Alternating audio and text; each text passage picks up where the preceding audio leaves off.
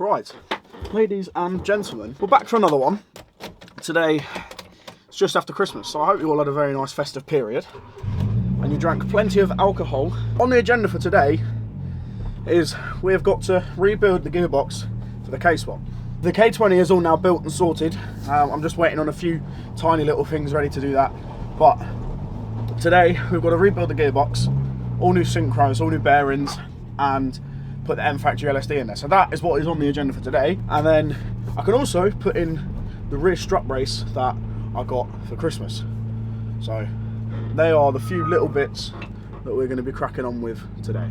Off camera, just managed to put in the rear strut brace, which hopefully should make things a little bit stiffer. I got the strut brace off my brother for Christmas. He got it from Cusco over in Japan. For those of you that don't know, Cusco, from what I've heard, a very good brand for that sort of thing. So I've now got a rear strut brace in the EK. The front one I will get at some point, but I believe when the K series go in, strut braces are quite hard to fit because I think you have to notch them a little bit to clear the valve cover on the case. So that'll be one that I'll sort out once the engine is in the car. But yeah, we've got the rear one in now, so hopefully that should make things a bit better.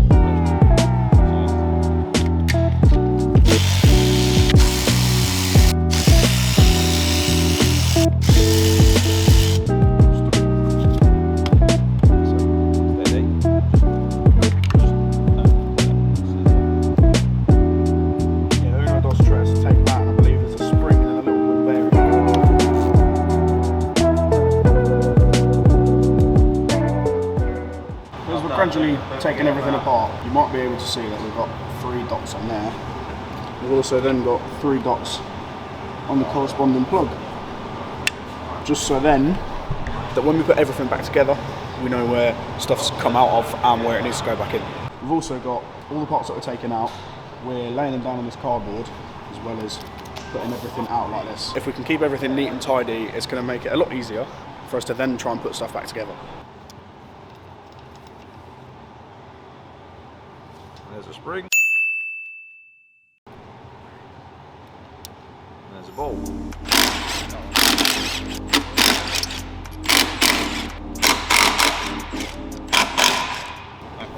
We can crack the seal around this casing, and then at the same time we've got, just in there, there's a little circlip that you've got to open up at the same time as lifting the casing. So then the bearing's going to drop out of there and we should be able to take the casing off.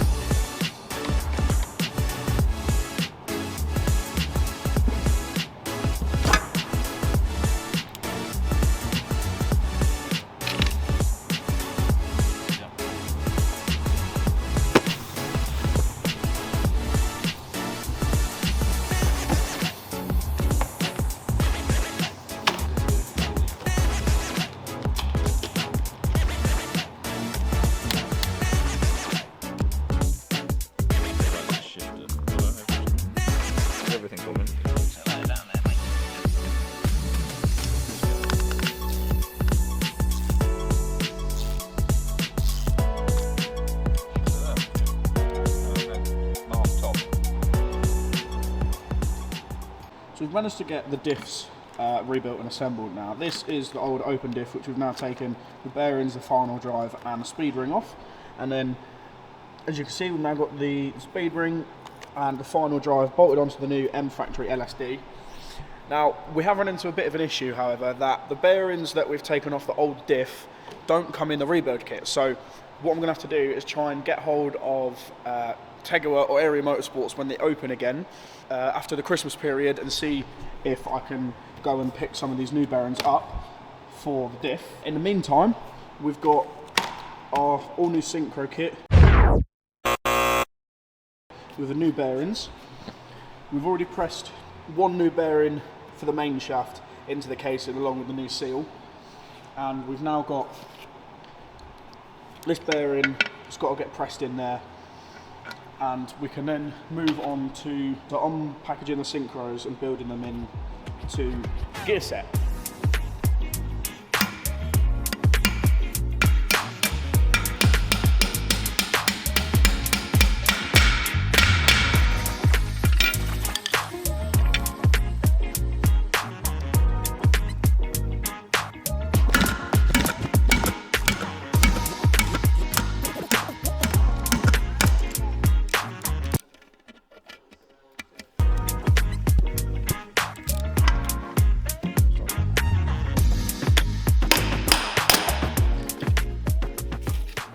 So we've now managed to press in all the new bearings, including the seal. There was another seal behind that you would have seen, and then we've got the main shaft bearing and the secondary shaft bearing as well with another seal.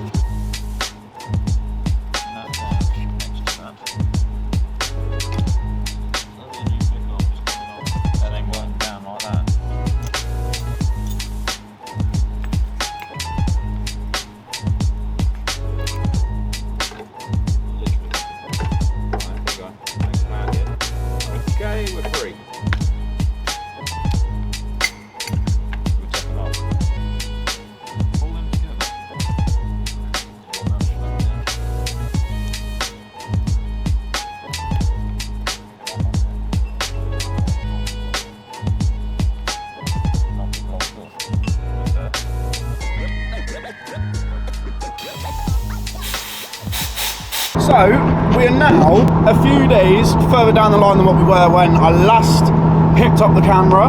Over the weekend I managed to get the manifold and everything sorted out, but today we're hopefully going to be going to pick up the parts for me to fix the gearbox. So there's a chance you remember earlier on in the video I said keep watching to find out what the mistake I made with the syncrhos was.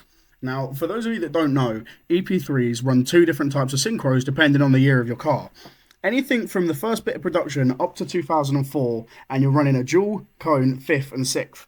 Anything from 2005 onwards is the switching point where you start to run a single cone 5th and 6th synchro. Now, for those of you that don't know, my gearbox came out of a 2004 car, which, from what I've just said, would mean that I need a dual cone 5th and 6th gear. However, I wasn't this smart into researching it to start with, got my information wrong, and ended up buying a single cone 5th and 6th, so you can see where this is going. So I've got a hold of Area Motorsport that are up this way, as well as Tegawa, and between the two of them I think I might be able to get the parts together in order to fix the gearbox. Hopefully I'll be able to pick up the diff bearings as well as the 1st to 6th synchros from Area Motorsports, and then I've got to head down the road to Tegawa and with a bit of luck pick up a spigot bush for the flywheel as well as the helical non-shoulder bolts for the diff.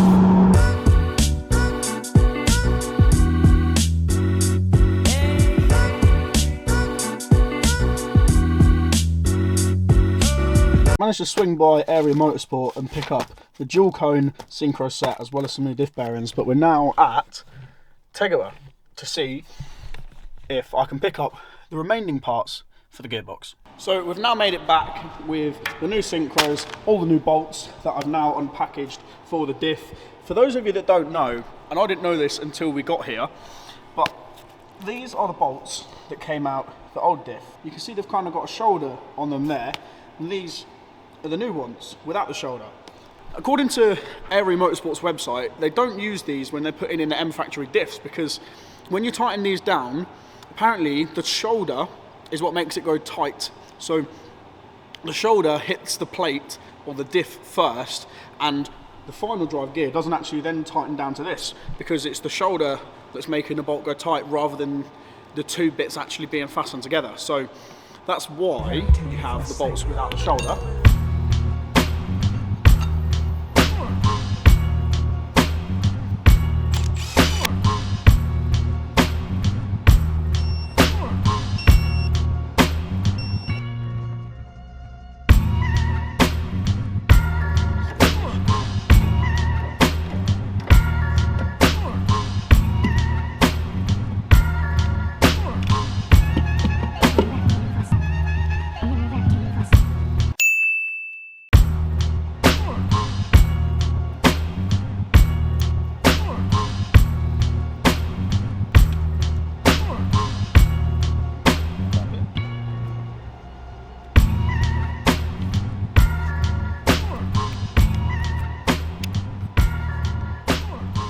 Like a glove. Like a glove.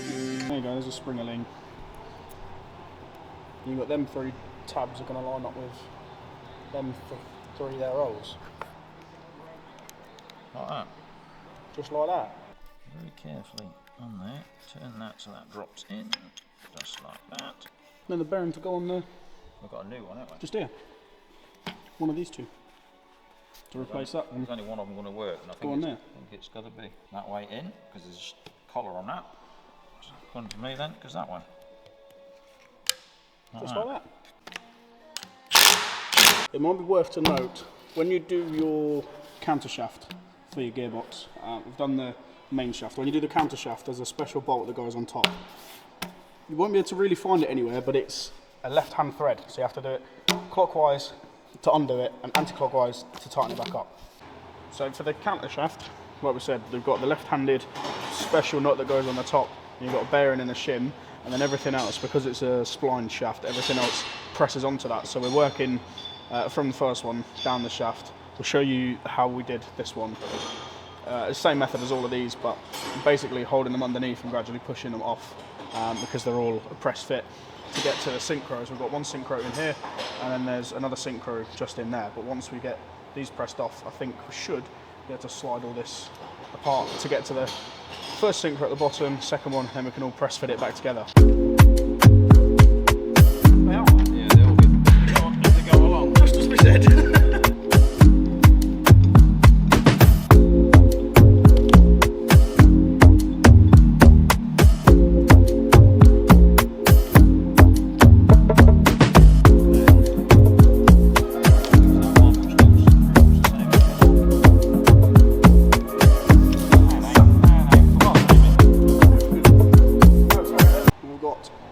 Of all the synchros that we've replaced, the first 4 were in the main shaft.